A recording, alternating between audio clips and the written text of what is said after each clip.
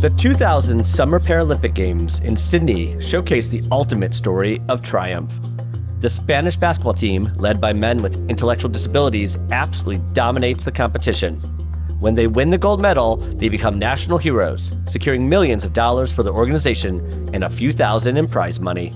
Pictures of the winning team explode across Spanish media, and some eye those winning smiles suspiciously.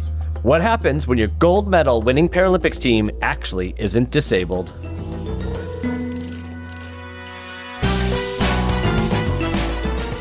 Welcome to Heist Club, where we've got a new heist story coming at you each week. We're here to uncover the details behind some of the most audacious and ridiculous robberies of all time. How they pulled it off, how they got caught, and the mysteries that remain. Bank heists, art heists, diamond heists, and other capers you won't believe. I'm Jesse. And I'm Todd. Welcome to the club.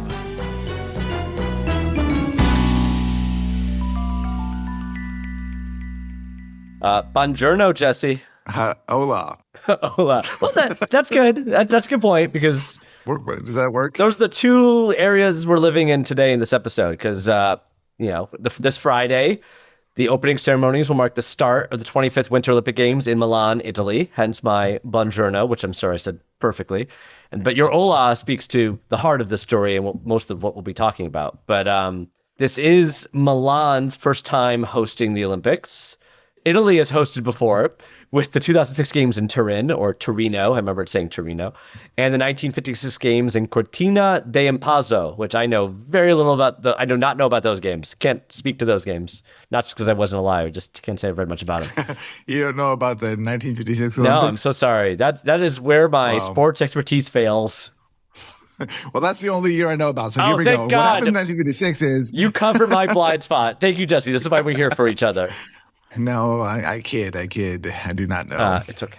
It's okay. I don't think our listeners do either. But actually, some events for the 2026 Games will take place in Cortina d'Ampezzo as they reuse old stadiums. So maybe via these Olympics, we will learn more about 1956. And also, pretty amazing that these stadiums from 70 years ago are still standing and able to host these events. That's good infrastructure, Italy. Well done. 70 years. Yeah, that's that is wild insane. to think about. Some fun facts about this Olympics.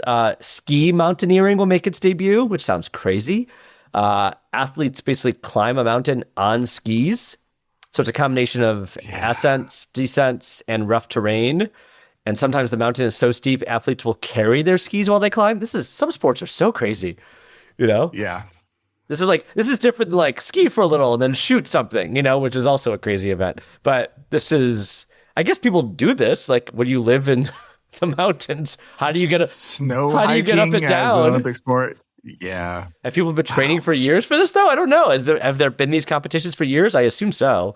They normally don't just like willy-nilly say, let's make something up and make it a competition in the Olympics. Like, it has to be a strong base, like break dancing was in the last Summer Olympics, and flag football will be in the next Summer Olympics. These things they're growing. They're growing. Yeah, I'm sure like every tiny little sport has its own culture and equipment and branding, even if it is like just hyper focused to this.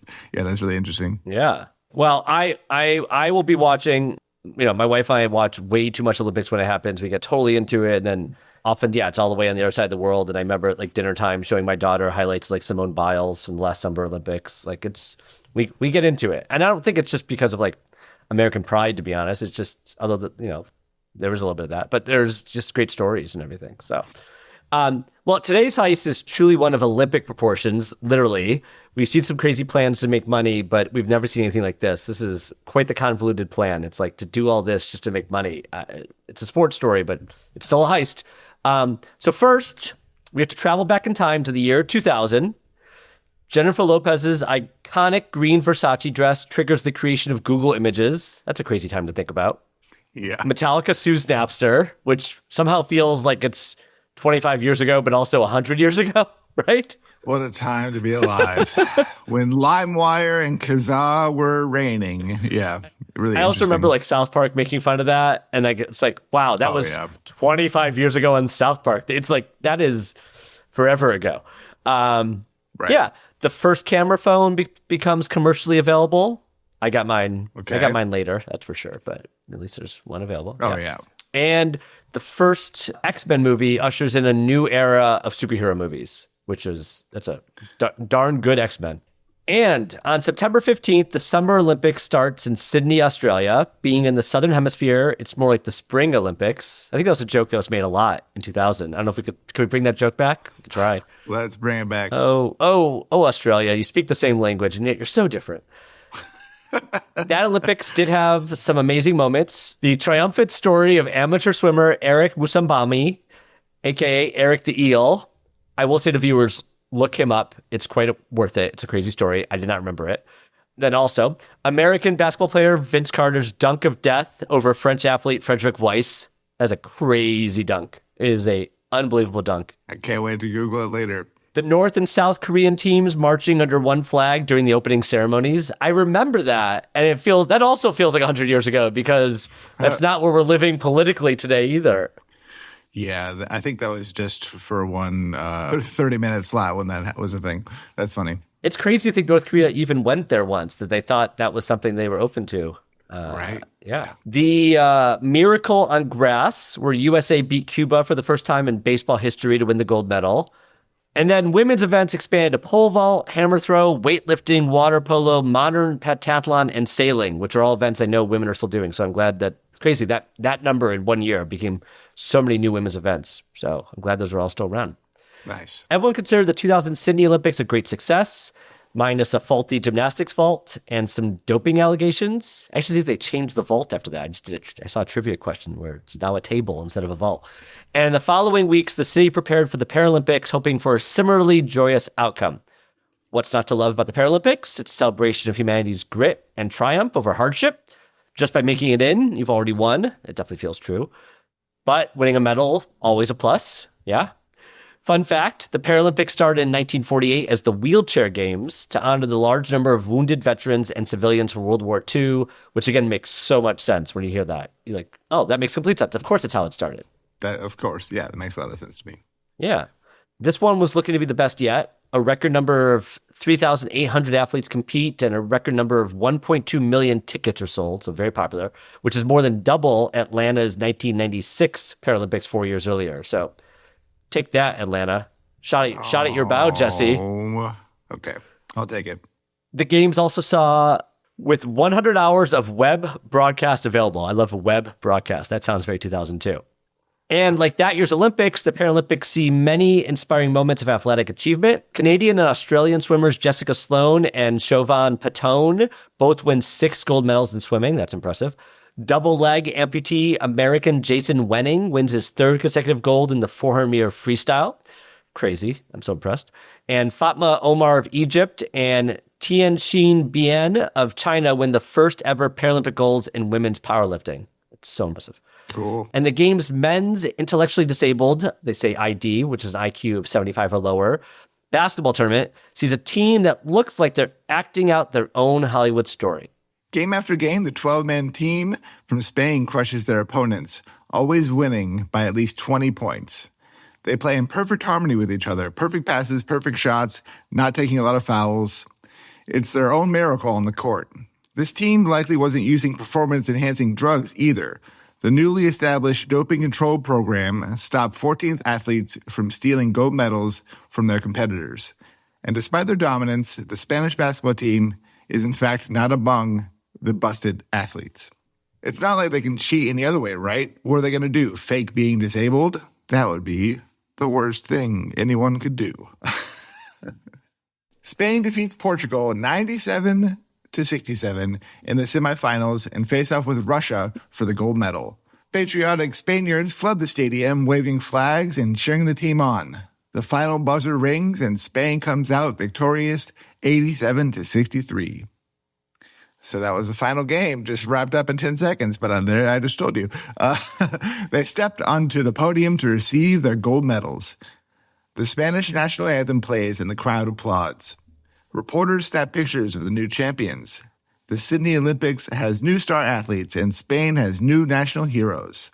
Head of the Spanish Paralympic Committee, Fernando Martín Vicente, could not have been more thrilled.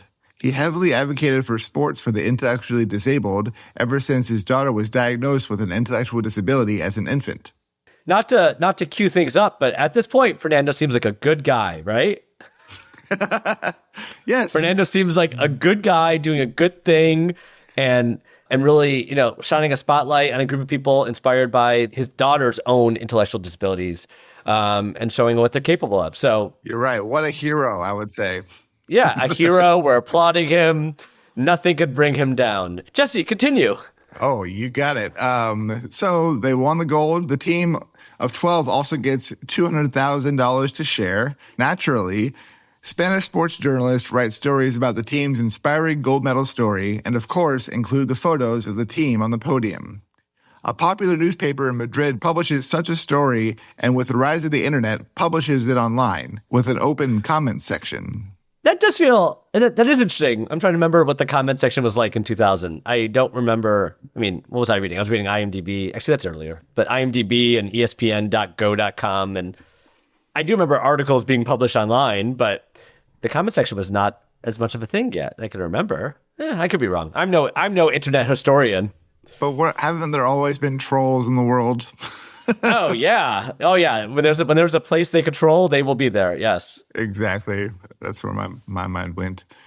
So the comments were not "way to go" or "so inspiring."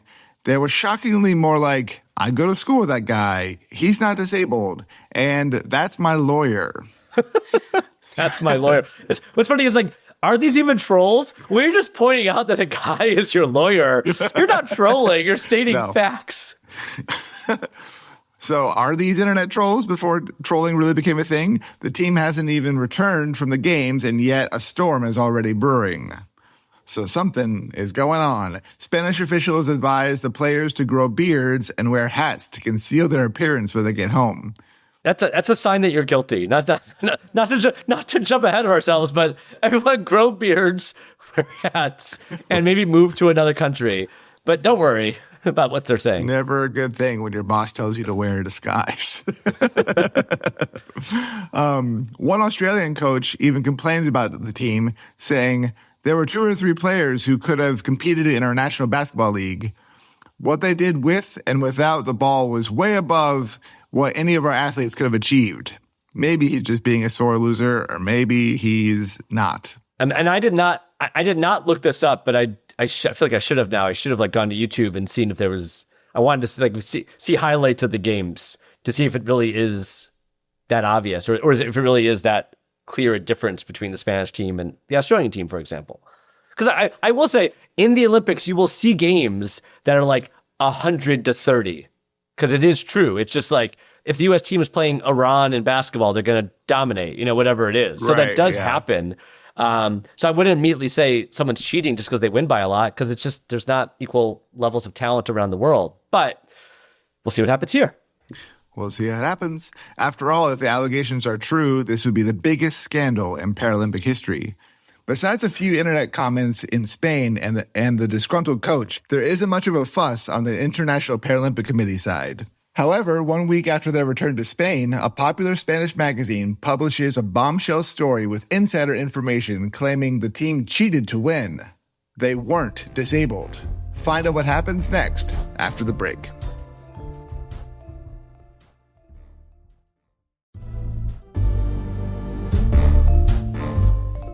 Welcome back.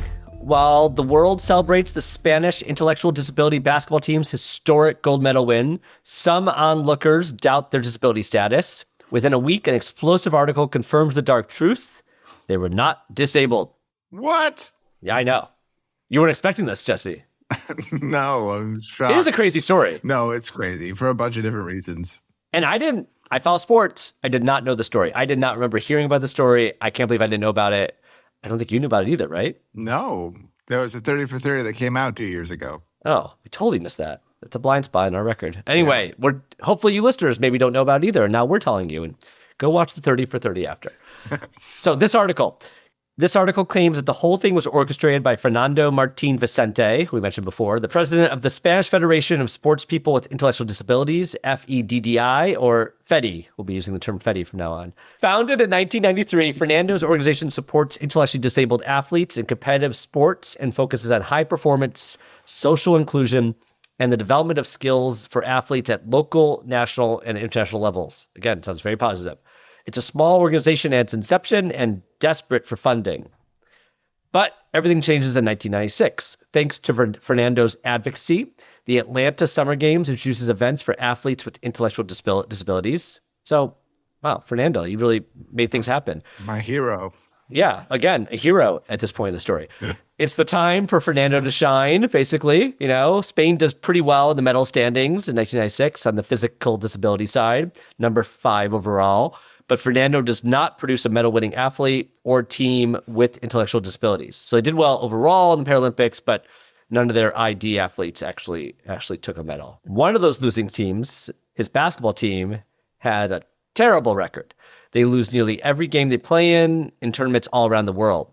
Fernando tries a revolving door of coaches, training routines, and even new players, but never manages a win.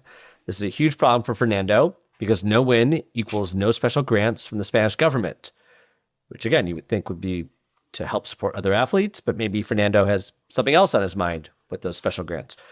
But what if Fernando had a team that was guaranteed to win and he wouldn't have to use illegal drugs to make it happen? Like steroids, not like heroin, cocaine, and meth. Yeah, that would get my basketball team to win. Give them heroin. If you win, I'll give you meth. This is the prize. Win a game. The incentive. Oh, yeah. I can get you really messed up on drugs. I was just imagining people trying to play basketball on heroin. It is fun to imagine. Everyone's just asleep on the court. There was a pitcher who threw a perfect game, no-hitter on LSD. Right, yeah. But LSD is different than heroin for sure. Yeah, not heroin. I don't think it was heroin. Not while they were playing. Yeah. He would only have to do it once, stack a team with non-disabled competitors to guarantee some wins. He could finally secure funding, expand FEDI, and help more people. So really the end justified the means. And we're saying help more people because we're assuming, again, that's what, we're not being subtle here. And since Fernando saw how easy it was to pass the screening process for the 1996 Paralympics, he thinks he can easily get away with it. So in 1998, he adds 4 non-disabled players to the 12-man team to raise their competitive advantage. And it works. They win the Brazil Intellectual Disability Tournament. Then they win again in Poland in 1999. How did Fernando get these 4 players to go along with this? Fernando tells them it is normal to add non-disabled players as collaborators. That's the word he used, collaborators. He used the Spanish word for collaborators for the team. He even tells them that every team does it, so it's an even playing field in the end. And they believed him because they wanted to, maybe, or they just believed him because he had a high-up role. Even though the team is on top for 2 years in a row, Fernando isn't confident in just adding 4 non-disabled players. He's getting greedy. He wants a guaranteed win. So Fernando says, screw it, and replaces all 12 players. This is insane. Replaces all 12 players with non-disabled ones for the upcoming tournament in Portugal. One of those new players is 25-year-old Carlos Ribagorda. We have a picture of Carlos. This video quality looks like it was the year 2000, maybe 99. It's definitely a still from a video. Those are some saturated colors. Yeah, I like the pink background. Yeah, it's nice. In 1999, Carlos is playing pickup basketball when a friend tells him that he's playing with the intellectually disabled basketball team. Carlos immediately wants to see if this is real. His friend then gets him onto the team to play in Portugal. That was easy. Hit that button. He sits in the back of the team bus observing the players, and he sees the obvious truth. No one on this bus is disabled. When they get to the hotel, the team manager says, remember, you're fools. Don't go filling out the hotel forms too quickly. Yeesh. Wow. They smash the competition at the tournament. Oh, I thought you were going to say they smashed the hotel forms. It's like, and then they are we acting well? They went too much the other end. Fill out forms, just start smashing them. It's like, too much, guys, too much. No, sorry, they smashed the competition. Continue, sorry. Later at dinner, the players tell Carlos they are going to Sydney for the Paralympics. All of this is happening very quickly. Meanwhile, Fernando's plan to secure funding is a major success.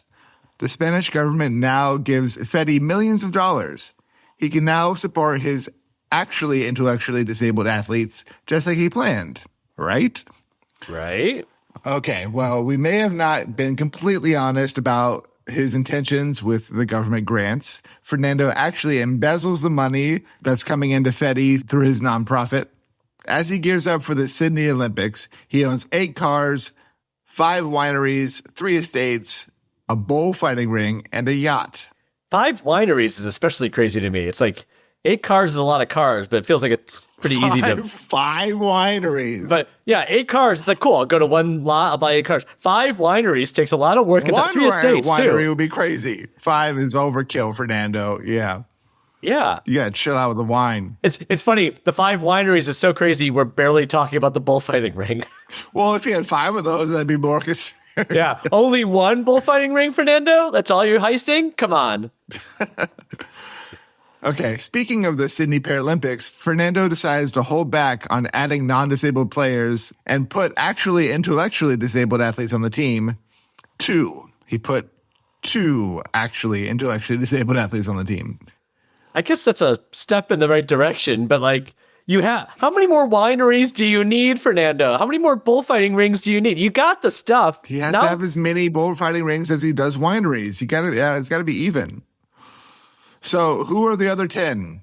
An engineer, an attorney, a writer, 2 college basketball players, and 5 semi-professional basketball players. To literally put college basketball players and semi-professional basketball players on the team and hope people would not notice? That's insane. That's insane. Yeah, especially if like someone's written an article about them. Yeah, let's keep going. Fernando promises them a fun, free trip to Australia and hundreds of thousands of euros in winnings. This is what Carlos said training was like. There were 5 months of training with not a single disabled person in sight.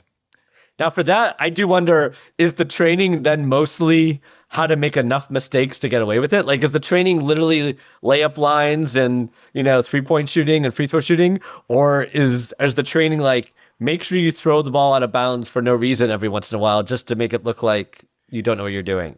It's interesting. Yeah. I bet it's, I'm sure they practice as a team to make sure they would win and also a little bit of that.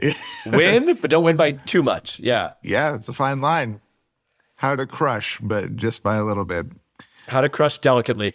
Yeah, how to delicately crush. Team captain Ramon Torres claims he had no idea of Fernando's scheme to defraud the Spanish government, but at the time was a bit nervous that the team might have too many collaborators, but he was brushed aside. He was then again reminded that most countries did it, and he was helping his disabled teammates. Okay. We don't even know if that's true, right? Most countries. Whatever you need to sleep at night. No, yeah. His disabled teammates that were nowhere in sight during the 5 months of training. Those ones. Exactly, yeah. But they can't just waltz onto the court. The team now has to face the Paralympic Committee's IQ test. They have to score below a 75, but not too low. If you get an IQ score of 10, it's going to raise some red flags. Some players say they took the tests. Others say they never took tests or saw a medical professional, instead of having a third party submitting medical forms to the testing board. Carlos claims that the only tests he underwent were to complete 6 push-ups, jumping jacks, and a blood pressure check. They all pass. Oh, that's shocking that they all pass. 6 push-ups and jumping jacks for semi-professional athletes and college basketball players. Yeah, they can do some jumping jacks. Their legs are intact. Yeah. Well, it's time to hit the court and get that medal. They are so confident in the ruse, or just careless, that they even use their real names for the competition. They start their first game, and they immediately dominate. By halftime, they're up 30 points. The score was 32-2. Wow. Teams are sometimes up 30 points at halftime. That does happen. You never see a team score only 2 points. You only got half, one though. shot in. Give them at least one more. Seriously. But they got to slow the roll. They can't win by such an insane margin. That would look suspicious. So coach tells them to slow down a bit and let the other team get some points in. He told them, move down a gear or they'll figure out you're not disabled. So they do, but it makes no difference. It's nearly impossible when the team is stacked this high. They even beat Japan 87-20. Fun fact, the widest point margin was actually Portugal versus Japan, where Portugal won 122-17. So you can win without cheating, allegedly. I think Japan was just terrible that year. Japan seems like they were quite bad. So maybe we don't completely judge them. I don't know if Japan was the team that scored 2 at halftime, and obviously they only got 20 against them. But I mean, that Portugal team was pretty good too, I guess. Yeah. And hopefully actually full of ID athletes. Yeah. The team continues to dominate the competition, cutting down team after team. Every night, the players and coaches go clubbing, leaving the 2 actually disabled players behind in the Olympic Village, which is just so sad. So mean. Now I'm just sad. Carlos also suspects that his team are not the only fakers. Spain also places non-disabled athletes in track, table tennis, and swimming, leading to 5 fraudulent medals.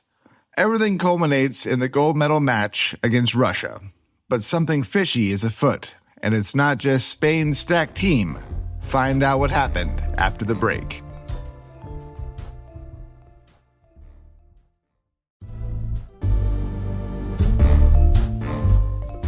And we're back. Fernando's fraudulent basketball team has the gold medal in their sights. All they have to do is defeat Russia to secure the prize money, plus Fernando's extra funding for more wineries will be theirs. But during the game, Carlos notices something strange. He recalls later about playing the Russian team. There were 3 players on the Russian team, especially one of them, who were just too good. So it looks like more teams were taking advantage of the poor screening process, basically. It's interesting they could tell. Because they're like, oh, they're as good as our players. They must be fakes. At several points of the game, Spain was actually behind Russia. They were actually losing. However, as we said earlier, they do pull through, beating Russia 87-63. So maybe Russia only had 3 fakers and didn't have 10 like Spain. But it doesn't feel like a true win. Carlos said this at the medal ceremony. The whole thing was a farce, really. We stood there and listened, but it was a false medal. It was a false national anthem. Nobody really wanted to talk about it afterwards. I don't know, in the picture, we have a picture here. Some look genuinely happy, and maybe a couple of them are clapping, but, not as happy. Yeah, it's hard to look in their eyes and see the deceit. But everyone's cheering for them. It's hard not to be happy, even though you know your life is a lie. Yeah. To me, it's like you've been doing it this long. I feel like you've been living the life long enough and you achieve the goal, so you're probably to celebrate. But you do see Carlos is all the way to the right in this picture, and we will post this in the show notes. He's looking pretty sullen. He is definitely, of the group, the one looking the least enthused. His hands are together like he's clapping, but his face does not show joy. Someone's feeling guilty. At least one of them is. And then the pictures get posted online, rumors circulate, and a popular magazine outs the team in a bombshell article a week later. How were they able to investigate the team, fact check, and deliver the article within a week of the team's return? Remember when we listed the non-disabled players? We had a lawyer, some college students, and a writer. Mm-hmm. That was a clue. Shortly before his friend told him about the team, Carlos graduated from journalism school. And when he hears of his friend's insane basketball opportunity, he thinks this is the perfect story to launch his career, infiltrating a fake Paralympic team. This is a crazy story to tell. Once he gets the formal invite to Sydney, he approaches the editor of Capital magazine, a popular business magazine in Spain, with the story. The editor only has one question for him. Are you willing to go to Sydney? So maybe that is why he looks sullen, right? He was in on it all along. Oh, yeah. And they actually did it. And it's really hitting him more than anyone that the story he's telling, has a fake happy ending, if you would. Yeah, it's interesting. Let's keep going. Okay. During the games, Carlos pens the story detailing everything from this tournament in Portugal, the practices without any disabled players, and of course, his experience at the games. When the team returns to Spain, he sends the story to Capital magazine. He mails his medal, basketball uniform, and even the 150 euros they were given for travel to the International Paralympic Committee. Everyone else, even Fernando, stays silent. The IPC forces the entire team, even the 2 disabled players, to return their gold medals, and Fernando is forced to resign from his positions on the International Paralympic Committee and FEDI. The International Paralympic Committee opens a widespread investigation and finds that it was not just Spain and Russia that planted non-disabled athletes. Every single country cheated in the intellectual disabilities portion of the Paralympics. Wow.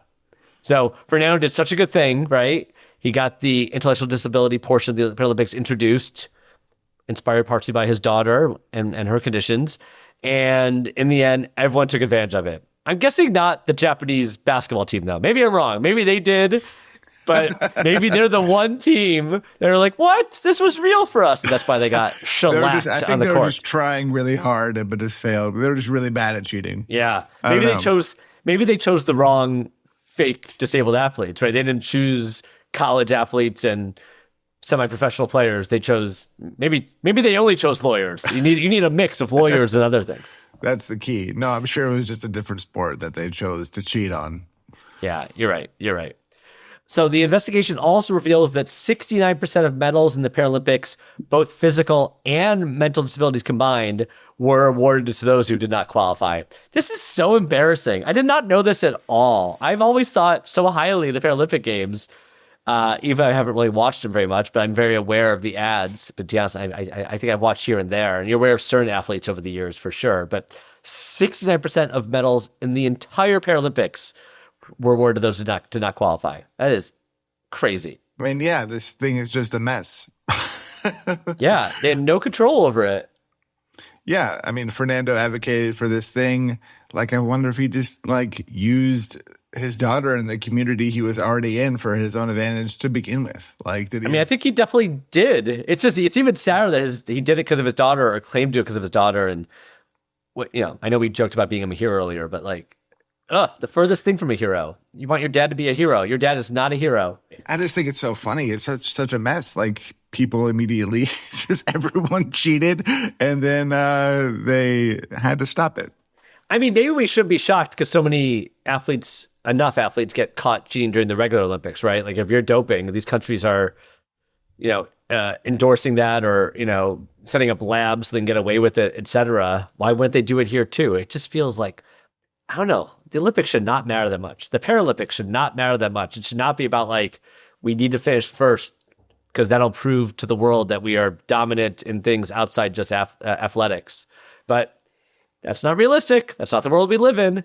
Freaking sad. When there's money and acclaim involved in anything, people try to figure out, do what they can to get it and get ahead. And it's a great point, though. I think when a lot of times people think about doping, etc., they think about just, the winning the medal and fame for your country. But there is money involved. It really does come with money in many cases. So Fernando knew that, and it's a really unusual heist, but it's still a heist.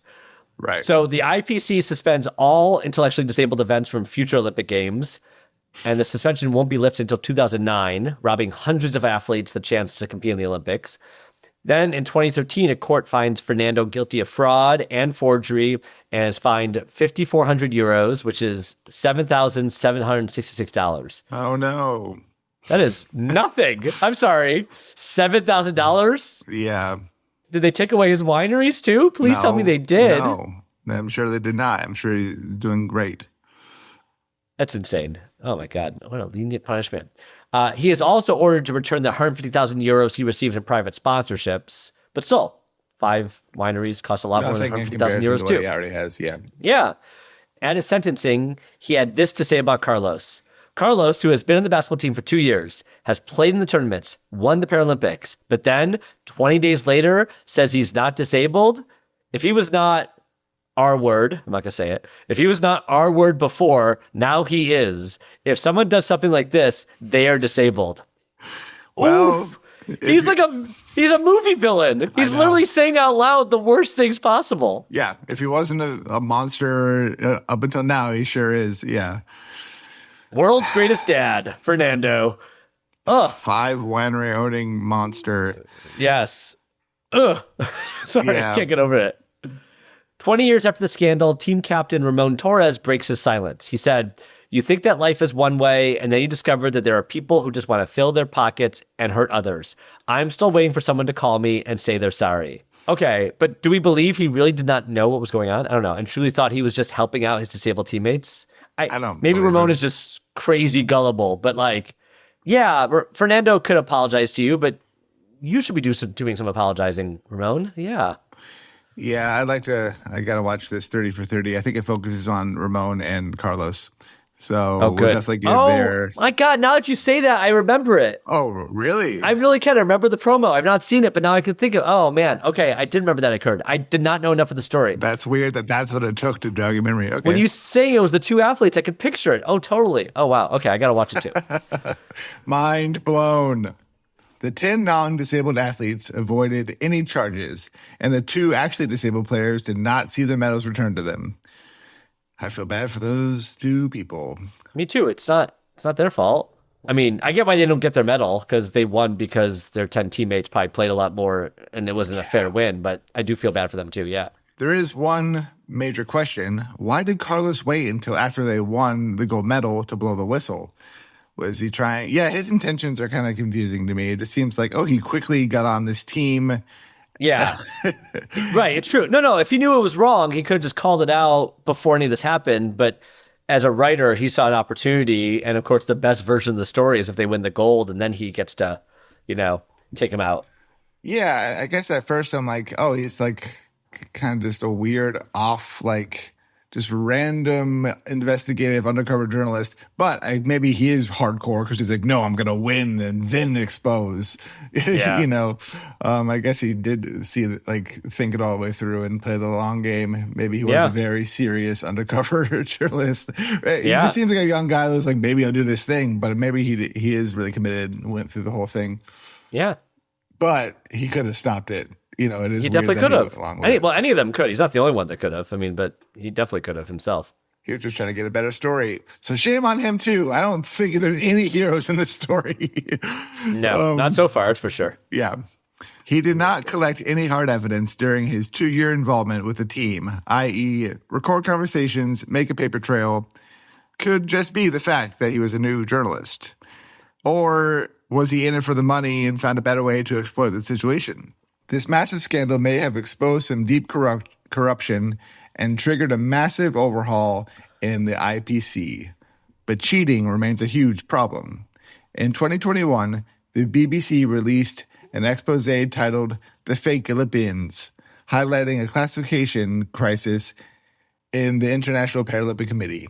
Some athletes intentionally underperform or exaggerate their disabilities to get matched with those who actually have more significant disabilities. Some show up in wheelchairs they don't even own. Others take advantage of an injury and schedule their classification during their recovery. One athlete even had more of their leg amputated to be in a lower class. That is intense. Insane. Yeah. Athletes and coaches have even threatened classifiers, people who measure the level of an athlete's disability, with physical violence if they don't get their way. Australian swimmer Ashley Cockburn alleged that her coaches told her to fake cerebral palsy during classification. Yikes. How do you... That's not easy to do. It's like... That's... Whoa. Was it like... In my mind, the scene is like she's about to walk into the door, and they're like, wait... Fake that you have CP. It's like, Right. Wait, what? No, what? Where did that come from? Yeah. Some athletes with cerebral palsy also cheat, taking ice baths to make their muscles stiffer. I mean, any edge. This is what athletes do. Any edge they could take, but this is an extreme version of it. Yeah, people, they do all they can, but like when the moral line comes in, some people go over it to do a little bit more. Yeah. American swimmer Jessica Long said she noticed her competitors suddenly becoming able-bodied when it was time to compete. Talent scouts would find athletes with the slightest uneven gait to get them into the Olympics. Everybody's a cheater. Other athletes quit altogether and handed back their medals when they saw that their teammates were not disabled. Good. We should be telling some of those stories. I know that's not what this podcast is about, but instead we're talking the story of Ramon and Carlos. I'm glad that there were some athletes who actually hand back the medals and I know. Did what's right. Yes. Yeah, are there any good people in this story? There are some, Yeah. for sure. Even though it's been over 2 decades, they cannot shake the stigma and guilt from participating in the ruse. To this day, Fernando's nonprofit receives millions from the Spanish government. Wow, that's an ending. Yeah. The fact that Fernando still gets it. There's not any kind of happy ending to this story, unfortunately. I just feel like no one was really punished. No. Well, I mean, I hope the happy ending is that when the 2026 Paralympics happen in just a couple weeks, that this is not taking place anymore. And maybe that's maybe that's unrealistic of me because I know there will be athletes in the Winter Olympics that do get caught doing things. It always happens. I'm sure there is. Like I said, like they're trying to do everything they can. And when you can do that a little bit more, that might be illegal. Of course, it's going to be hard, you know? Yeah. But the fact that the Fernando's nonprofit still even exists and is still getting millions, like... No, I'm just not surprised at all by this. Like, you seem No, surprised. I know. I'm not surprised that corrupt... I guess I'm not surprised. I mean, I am a little... It's like when you tell the individual stories, it's still surprising and sad. More sad than anything else. Right. Yeah. Well, let's jump to the diamond rating. This is a hard one. How many gold medals are we giving this? And then taking away. I'll give it 5 diamonds and then reduce it to a half a diamond. Yeah, exactly. 5 diamonds, we're taking it away. Sorry, you only get 1. I don't think they deserve any. I mean, the moral is just like so messed up that I don't want to say anything good about it. It's quite a scheme, but it's also less of a scheme when you know others were doing it. It's an obvious thing everybody tried to do and did, and they immediately got caught and canceled. And They actually got caught before. Just Carlos took his time revealing it, so even worse, right? Like they didn't get away with it then. Also, not that impressive because they didn't change names. All those things. It's like, I mean, it's impressive that they got away with it for long enough to actually win the gold medal. But also, I think a lot of that's on the IPC and like just then getting away with it, right? Like they just weren't testing or looking for things enough. I mean, in many ways, Fernando got away with it. He barely got punished. He got away with it in one sense. They got caught and they lost the medals, but Fernando didn't suffer. These athletes suffered so much more than Fernando did. Yeah, Fernando definitely wins, unfortunately. I'll go with 2 diamonds because I'm just like, I don't really know where to put it. I don't know. I just want to go with 1 because I feel like it immediately blew up and everyone was caught and they had to stop doing it for 9 years because of it. It was just like, it's like, well, you tried to do this. And I mean, I got them a medal, but everyone else was cheating too. So just like a weird unspoken, like how many people actually did know if everyone else was cheating? Yeah, you're right. I'm not going to change mine, but I also think you're right. For sure. I mean, no, right, but the fact that like it was a scheme and they did get money from it, like, I respect your diamonds as well, Todd. Thank you so much. We shine on each other's diamonds. Yeah, shine on, crazy diamond. Shine on, you crazy diamond. And to you out there listening, we love your thoughts. Please sound off in the comments because comment sections are everywhere now on Instagram, on TikTok, on YouTube, all the places we post, not just on Spanish news articles in 2000. For the audience, was Carlos wrong for waiting until winning the gold medal to go public with the story? Should he have sounded the alarm earlier? And was Fernando corrupted by the sudden influx of cash, or his motivations always selfish? But one crazy story. So when you're watching the Olympics, if you're watching in the next few weeks, maybe you'll be thinking about this story. But also, I hope the Paralympics are cleaned up, and I hope that you can watch them with more of a clear conscience. But I'm more interested right now than I was before in hearing the story. So, check out the Olympics, check out Milan, see how the U.S. does, see how the world does, but check out the Paralympics too, and hopefully no stories like this come out of it. Yeah, check it out and be looking really closely and see if you can find any cheaters. Yes. Good luck. Good luck to you all. Good luck. And tune in next week for Looking to Impress Your Crush? Rob a Bank. Heist Pub is a production of School of Humans, hosted by me, Todd Weiser. And me, Jesse Neiswanger. I do all the fancy audio and music editing too. This episode was researched and produced by Carolyn Talmadge. Our senior producer is Amelia Brock. Our production manager is Daisy Church. Our executive producers are Virginia Prescott, Brandon Barr, and Elsie Crowley. Join us again next week for Heist Pub, and don't forget to rate and review. Thanks.